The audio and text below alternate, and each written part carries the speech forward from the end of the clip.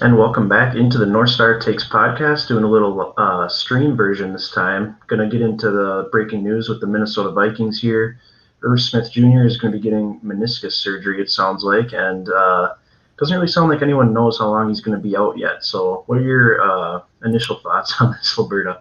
Yeah, I love when I get on Twitter and I get two different outlooks. It's like, oh, his injury could be just partial and it's 2 to 4 week kind of timetable. But then, on the other side of things, he could be out the whole season. So I'm like, that's great to have that vague window out there. It's like you really have no idea. And the Mm-hmm. Vikings keep everything so hush hush. Like they probably should. Like I think that's kind of something that you should keep under wraps, especially when you don't have to have an injury report yet. But at the same time, that makes me frustrated as a fan that this just kind of comes out of left field and then all of a sudden we just don't have our top tight end, and now our tight end room is very thin considering all these tight end options we've been putting on the field in the preseason are unacceptable. I mean, Conklin's already banged up the way it is. So, I I mean, like, know. what do we do at this point? Because our offense relies heavily on the tight ends and obviously getting involved in the run game blocking, but then it goes beyond that, obviously, and just being safety blankets for Kirk. And we just play in a lot of personnel where we use multiple tight ends. And Yep.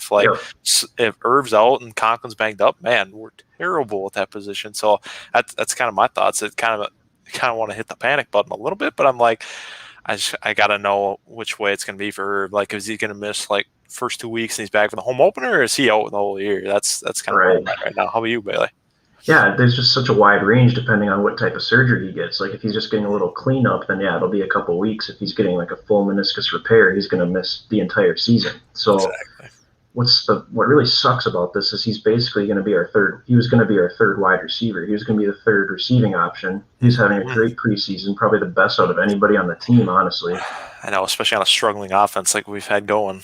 Yes, he was ready to make the jump, I think, and it's just such a bummer. It's just another setback, and I'm kind of confused on when this injury happened because he had a great game against the Chiefs. He played the first couple drives, and he seemed fine. He did an interview on the sidelines. He was fine during that, so not exactly sure how this happened. Maybe he didn't realize it happened and felt it later on. I don't know, but it's definitely concerning. I mean, this team's banged up the way it is. hmm This whole month of August has just been interesting. I mean, it's been a month ago we were all hyped thinking, maybe Aaron Rodgers won't come back to Green Bay and the Vikings are going to win the division. And it's just a whole different feeling now this whole I month know. between the COVID controversy, the injuries.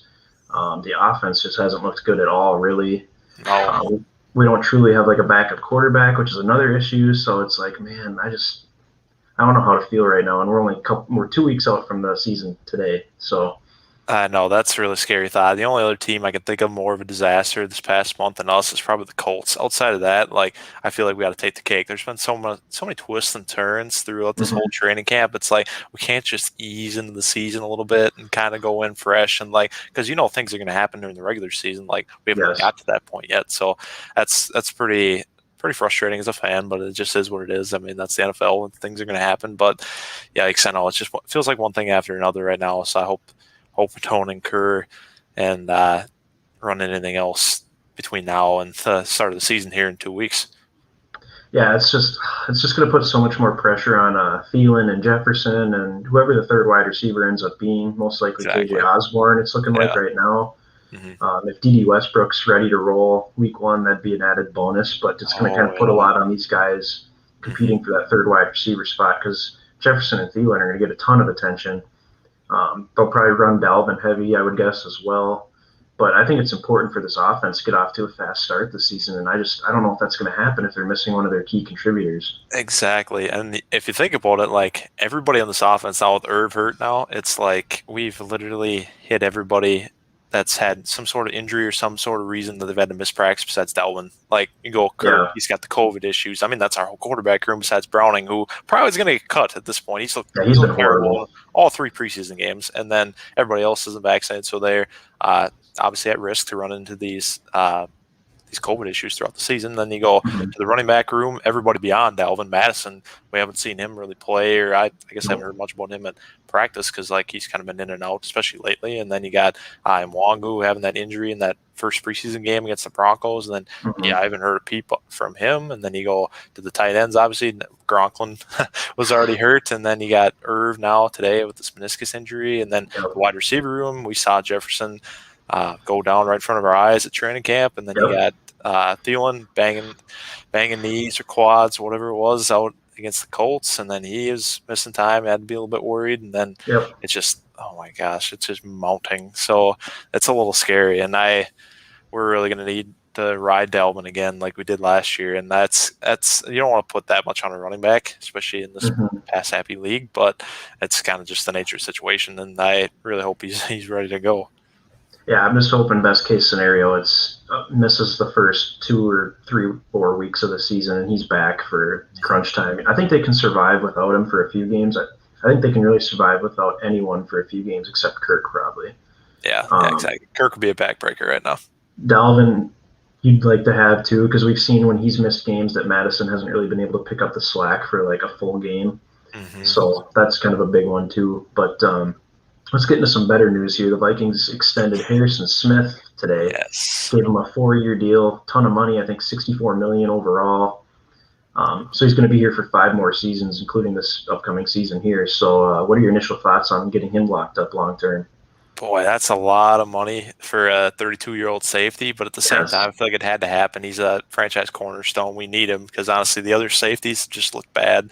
I mean, obviously, we haven't seen a lot of Xavier Woods, and he probably could be fine. And I haven't heard anything bad about him. But like beyond those starting two, like it's not been good. So we kind of Mm-hmm. need to make this move. Just keep this position solidified. And it's nice to have a guy like this who's been a part of this team now for basically a decade, I think.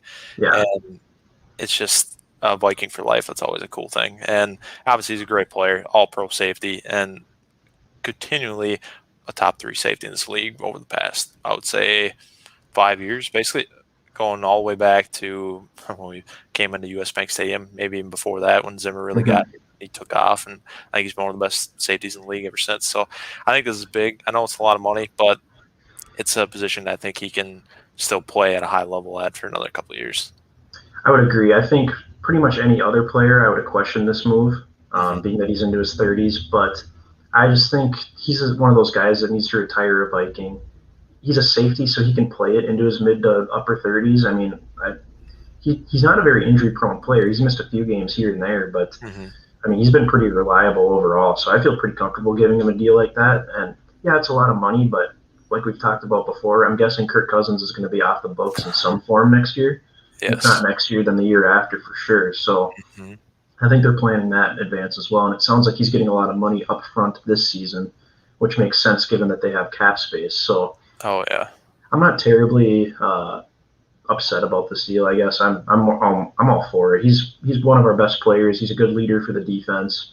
Mm-hmm. Um, he's one of Zim's guys, which is obviously huge. Yes.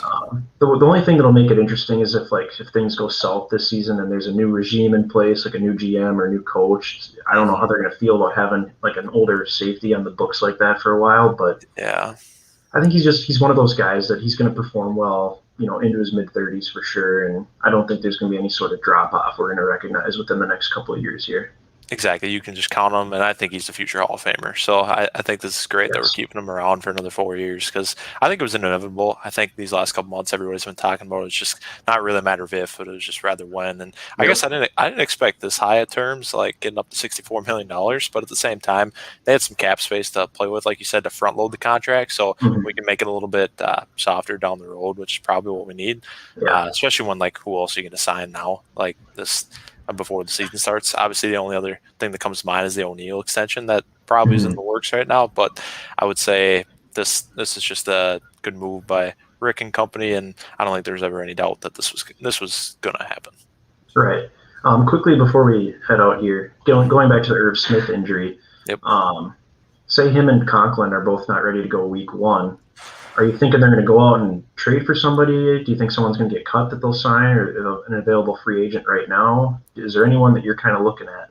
Yeah, I think there's some options out there that we could pursue. Probably after this next round of cuts here, when everybody cuts their roster down to 53, and then there'll probably be some good options. But I know you brought this up to me earlier today when you heard the news that, and I think it's been talked about like leading up to this big cut day that like the Eagles are facing a situation with Zach Ertz where they're moving on with Mhm. Goddard as tight end 1. So then Ertz could be the odd man out there, and then especially I think he's got a little bit of a higher price tag, so they're not going to want to Yeah. pay him that much to be tight end 2. So it's kind of I would say it's pretty similar to like what the Vikings did with Rudy, really. Hmm. So I'd definitely be all for bringing in Ertz, like you suggested to me earlier, and I think that's probably the best option out there in my opinion. But I mean, I'm open to other ideas as well. It's just we're gonna need somebody because I'm not rolling into the season with Brandon Dillon and we No. got Zach Davidson and Shane Zylstra. Maybe I Yeah. no these guys aren't ready. Like they could be down the road, but like week 1 in Cincinnati, if like Irv and Conklin can't go,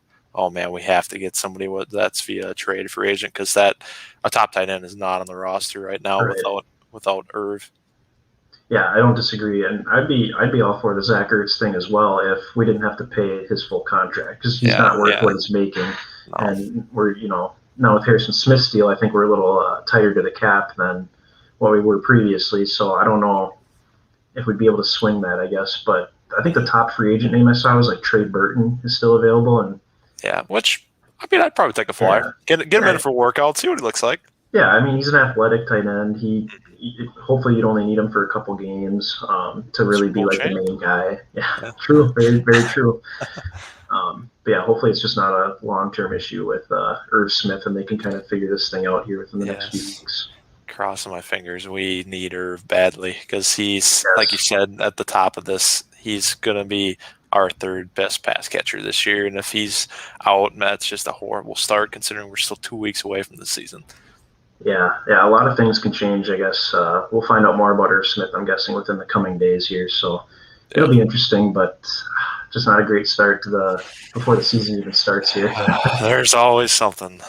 There's always drama in Viking land for sure. But that's going to do it for this edition of the North Star Takes podcast. Be sure to hit that like button and subscribe if you haven't already.